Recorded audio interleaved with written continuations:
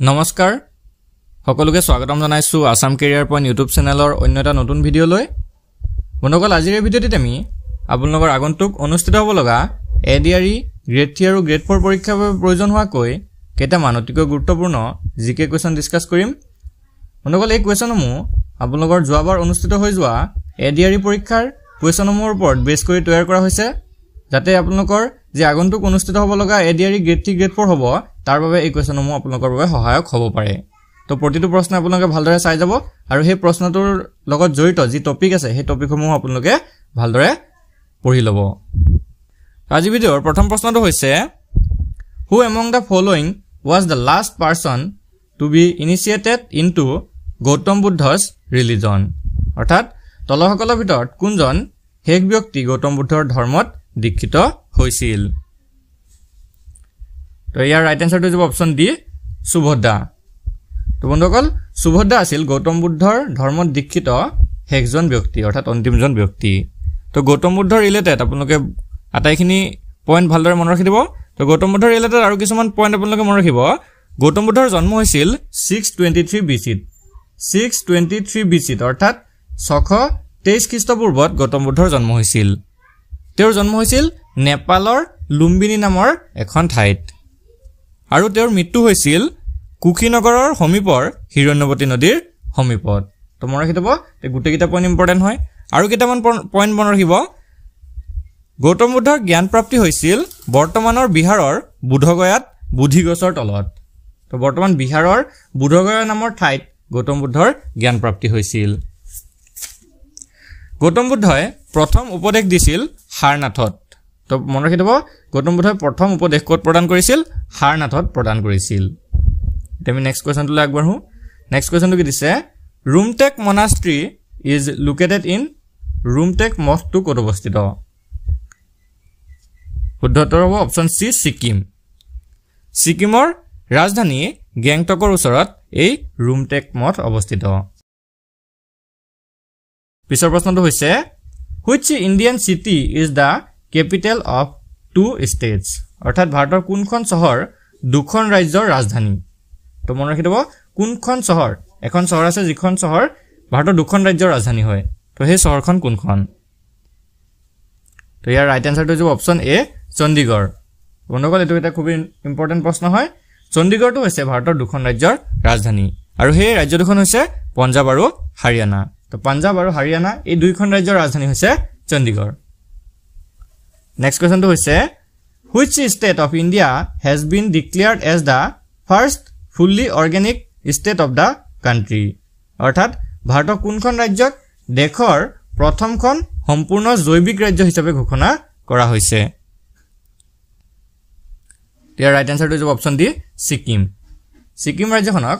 ভাৰতৰ ভিতৰতে প্ৰথমখন সম্পূৰ্ণ জৈৱিক ৰাজ্য হিচাপে ভাৰত চৰকাৰে ঘোষণা কৰিছে নেক্সট কোৱেশ্যনটো হৈছে ঐনিতম is folk song of which of the following community Oinitom তলৰ কোনটো সম্প্ৰদায়ৰ লোকগীত খুবেই গুৰুত্বপূৰ্ণ এটা প্ৰশ্ন হয় তো ইয়াৰে শুদ্ধ উত্তৰটো হ'ব অপচন ডি মিচিং মিচিং সম্প্ৰদায়ৰ এটা অন্যতম লোকগীত হৈছে Oinitom next question which of the following monument is not located in Manipur তলৰ কোনটো কীৰ্তিচিহ্ন মণিপুৰত অৱস্থিত নহয় তেনেধৰণৰ প্ৰশ্নসমূহ আপোনালোকৰ পৰীক্ষাত অহা দেখা যায় ইয়াৰে যিটো ৰাইট আনসাৰ হ'ব অপচন এটো হ'ব ৰাইট আনসাৰ সিদ্ধেশ্বৰ ধাম এই সিদ্ধেশ্বৰ ধামটো মণিপুৰত অৱস্থিত নহয় এই সিদ্ধেশ্বৰ ধাম মহাৰাষ্ট্ৰৰ সোলাপুৰত অৱস্থিত এক ধৰ্মীয় আৰু তীৰ্থস্থান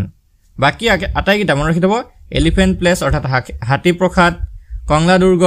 আৰু শ্ৰী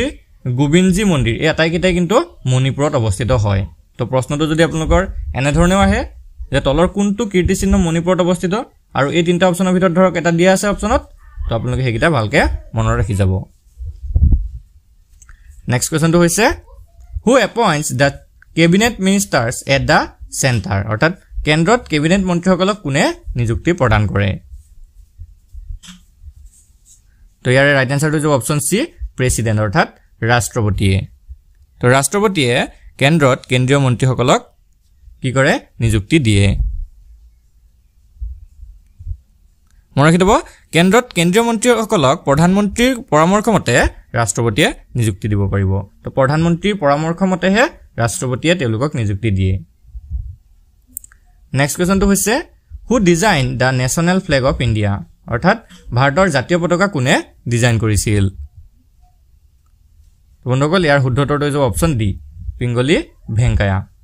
পিংগলি ভেংকায়াই ভাৰতৰ যেটো ৰাষ্ট্ৰীয় পতাকা আছে বা জাতীয় পতাকা আছে এটো ডিজাইন কৰিছিল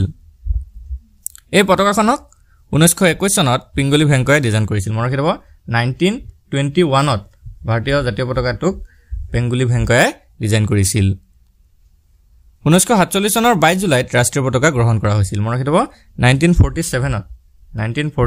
ৰ অৰ্থাৎ ভাৰতখন যেতিয়া স্বাধীনতা লাভ কৰিছিল সেই বছৰতেই 22 জুলাই তাৰিখে 22 জুলাই তাৰিখে ৰাষ্ট্ৰীয় পতাকাখনক কি কৰিছিলে সৰকাৰীভাৱে ৰাষ্ট্ৰীয় পতাকা হিচাপে গ্ৰহণ কৰিছিল নেক্সট কোৱেশ্চনটো হৈছে হু ৰট দা বুক চিত্ৰা গ্ৰন্থখন কোনে লিখিছিল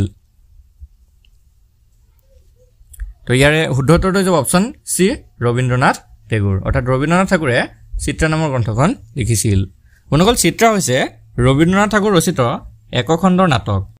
তে 1913 চনত ইণ্ডিয়া সোসাইটি অফ লণ্ডনৰ দ্বাৰা ইংৰাজী ভাষাত এটো প্ৰকাশিত কৰিছিল মনত ৰাখিব চনটো ইম্পৰ্টেন্ট হয় 1913 অৰ্থাৎ 1913 চনত এই চিত্ৰা গ্ৰন্থখন ইংৰাজী ভাষাত প্ৰকাশিত হৈছিল next question during the tenure of which governor was the construction of Victoria Memorial Hall completed in Calcutta in 1921 কোন গভৰ্ণৰৰ কাৰ্যকালত কলিকতাৰ ভিক্টোৰিয়া মেমৰিয়েল হল নিৰ্মাণৰ কাম 1921 খ্ৰীষ্টাব্দত সম্পূৰ্ণ হৈছিল তো এনে ধৰণৰ হ'ব পাৰে যে ভিক্টোৰিয়া মেমৰিয়েলটো কোনজন গভৰ্ণৰৰ কাৰ্যকালত সম্পূৰ্ণ হৈছিল আৰু চনটো ইম্পৰ্টেন্ট হয় 1921 চনত সম্পূৰ্ণ হৈছিল মনত ৰাখিব তো এতিয়া আমাক সুধিছে যে কোনজন গভৰ্ণৰৰ কাৰ্যকালত সম্পূৰ্ণ হৈছিল তো যদি আপোনালোকে এই প্ৰশ্নটো আনসাৰ জানে তেনেহলে কমেন্ট কৰিব তো ইয়াৰ ৰাইট আনসাৰটো হৈছে অপচন বি লৰ্ড কাৰ্জনৰ সময়ছোৱাতেই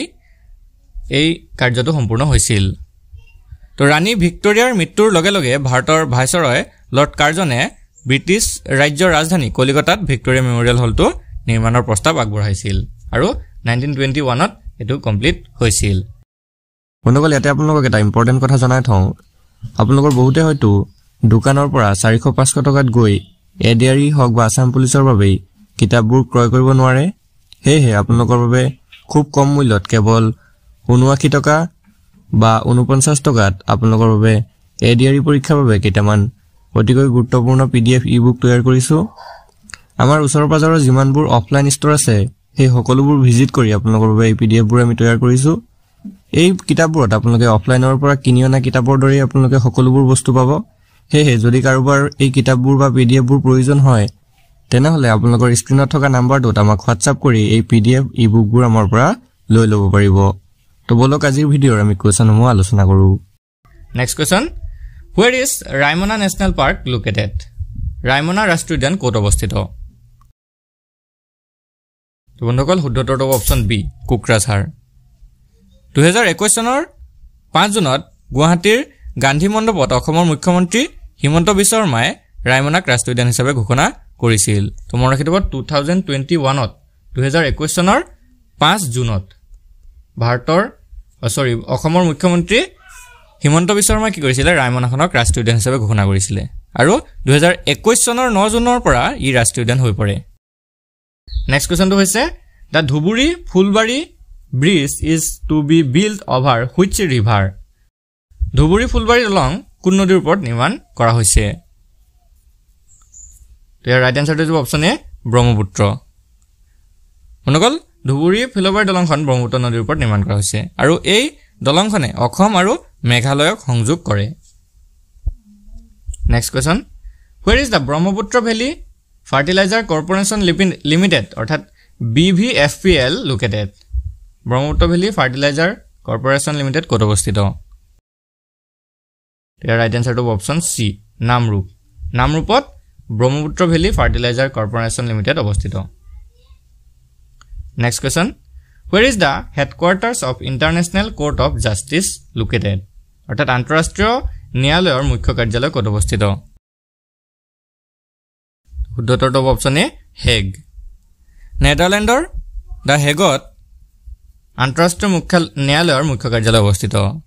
ইয়াৰ লগতে নেদাৰলেণ্ডৰ আৰু কিছুমান তথ্য মনত ৰাখি থব নেদাৰলেণ্ডৰ কেপিটেল হৈছে আমষ্টাৰডাম আৰু নেদাৰলেণ্ডৰ যিটো কাৰেন্সি বা মুদ্ৰাটো হৈছে ইউৰো তেতিয়া আমি নেক্সট কোৱেশ্চনটো আগবাঢ়ো কোৱেশ্চন নম্বৰ 15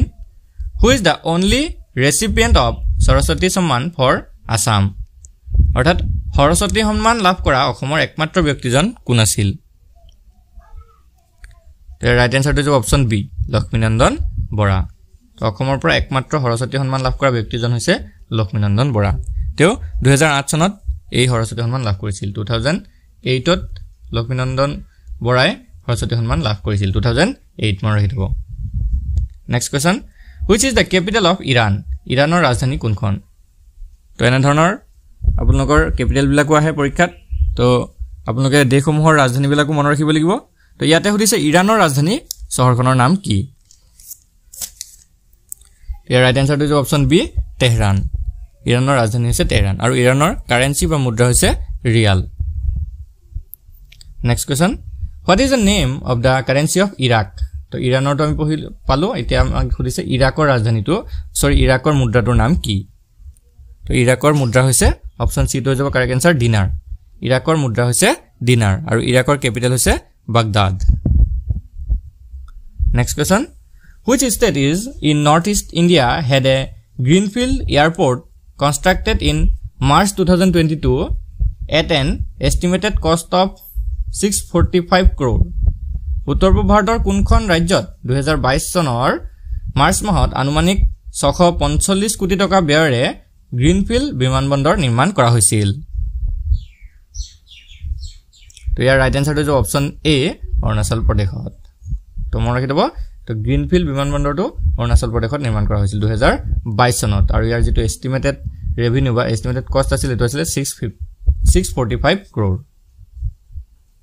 নেক্সট কোৱেশ্চনটো হৈছে who was the first Indian to qualify in the civil service examination in 1864 1864 চনত লোকসেৱা পৰীক্ষাত উত্তীৰ্ণ হোৱা প্ৰথম ভাৰতীয় গৰাকী কোন আছিল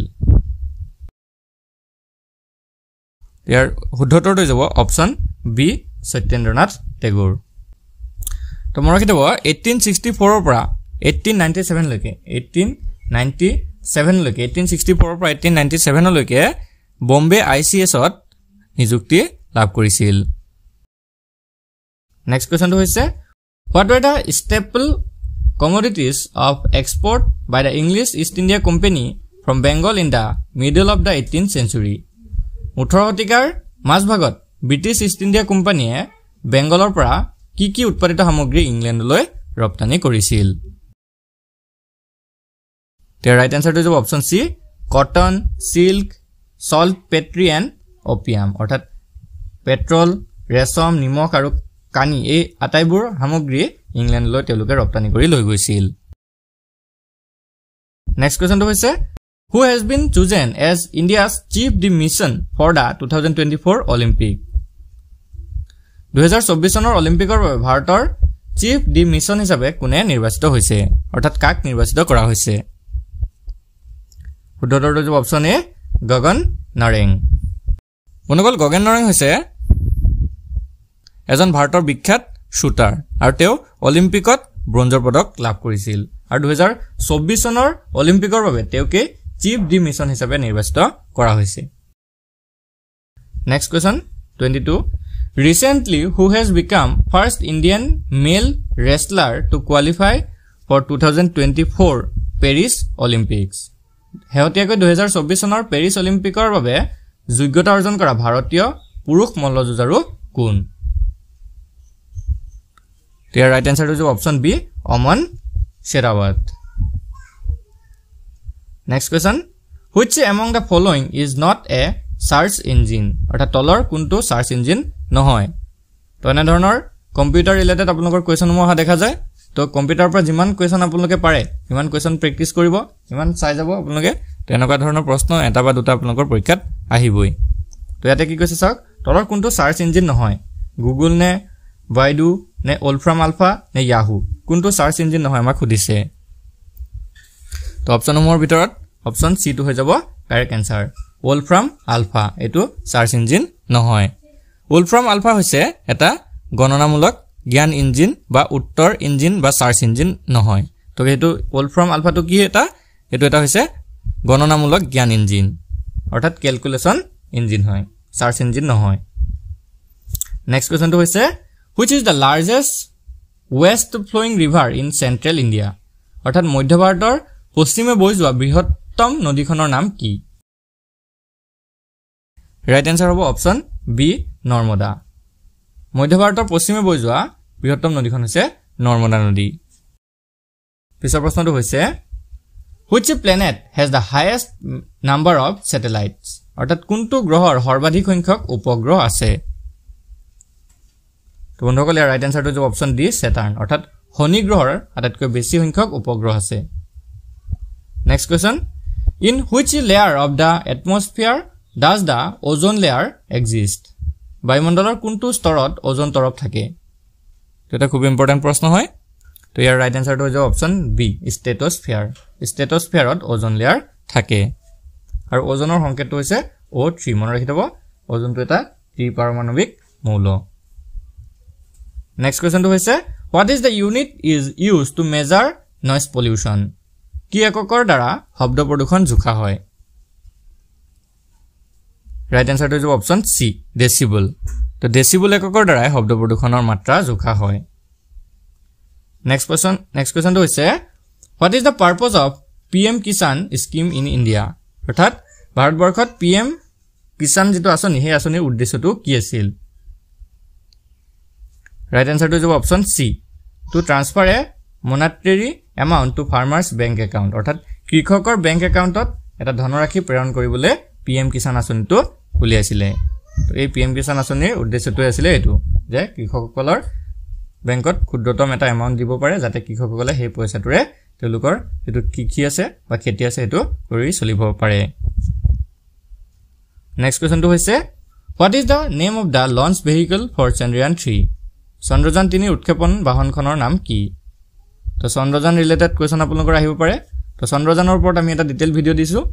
যদি আপোনালোকে চোৱা নাই তেনেহলে আপোনালোকে ডেসক্ৰিপচনত দিয়া লিংকৰ পৰা এই ভিডিওটো আপোনালোকে চাই ল'ব পাৰিব তো ইয়াতে সুধিছে চন্দ্ৰযান 3 উৎক্ষেপণৰ বাহনখনৰ নাম কি তো ইয়াৰ ৰাইট আনসাৰটো হ'ব অপচন এ LVM3 তো LVM3 M4 ইয়াতে M4 এটা থাকি গল LVM3 M4 হৈছে চন্দ্ৰযান 3 উৎক্ষেপণৰ বাহনখনৰ নাম আজি ভিডিওৰ শেষৰ প্ৰশ্নটো হৈছে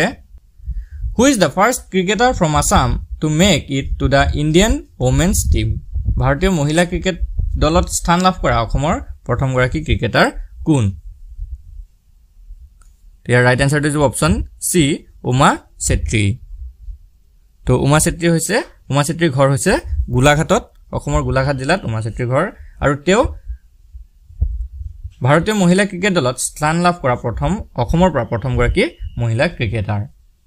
বন্ধুসকল আজি ভিডিওটো আপোনালোকৰ বাবে ইনফৰমেটিভ হলে ভিডিওটো এটা লাইক কৰি দিব আৰু এনে ধৰণৰ নতুন নতুন কোৱেশ্চনসমূহ পাই থাকিবলৈ আমাৰ চেনেলটো সাবস্ক্ৰাইব কৰি লব আৰু কাষতে থকা বেল আইকনটো দবাই দিব ধন্যবাদ